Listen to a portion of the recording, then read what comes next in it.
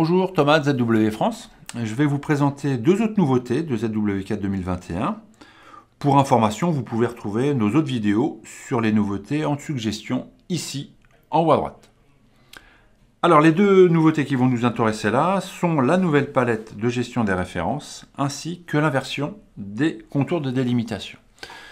Alors, la palette de référence, vous allez pouvoir l'attaquer dans l'onglet Insérer, ici, et dans les deux onglets, groupes de fonctions références et images, vous allez pouvoir gérer vos références.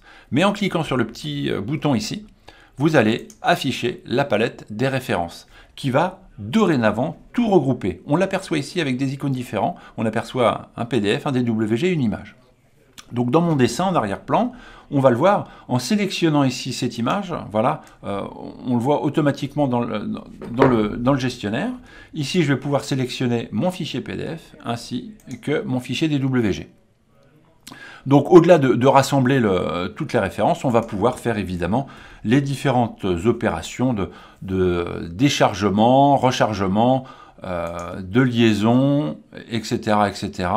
Donc ça va être très pratique. Donc là, typiquement, je vais pouvoir éventuellement décharger ou recharger un fichier DWG. Ça pourrait être le cas sur n'importe quel type de référence. On aura dans la partie inférieure les différentes caractéristiques de la référence. Et donc enfin, évidemment, depuis cette palette, on va pouvoir attacher une des quatre références. Par exemple, un fichier DWG ici. On va venir l'attacher. Je vais prendre ma référence. On va venir l'ouvrir. On la superpose. Et on va l'apercevoir ici, se superposer en arrière-plan ici. Donc voilà pour cette première nouveauté. Deuxième nouveauté, les contours de délimitation. Vous savez qu'on peut éventuellement rogner une partie d'une référence. Et donc pour ça, en sélectionnant la référence, on a ici la possibilité de créer un contour de délimitation. Donc ça, on pouvait le faire auparavant. Il n'y avait pas de souci. C'est ce que je vais faire. Je vais faire un nouveau contour ici rectangulaire qui va juste entourer la zone qui m'intéresse. Voilà.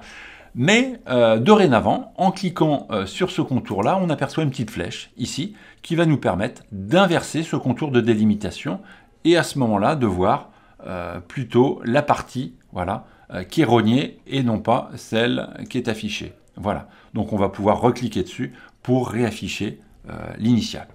Donc voilà pour ce contour de délimitation qu'on pourra appliquer tant sur un PDF, une image, un DWG ou un DWF.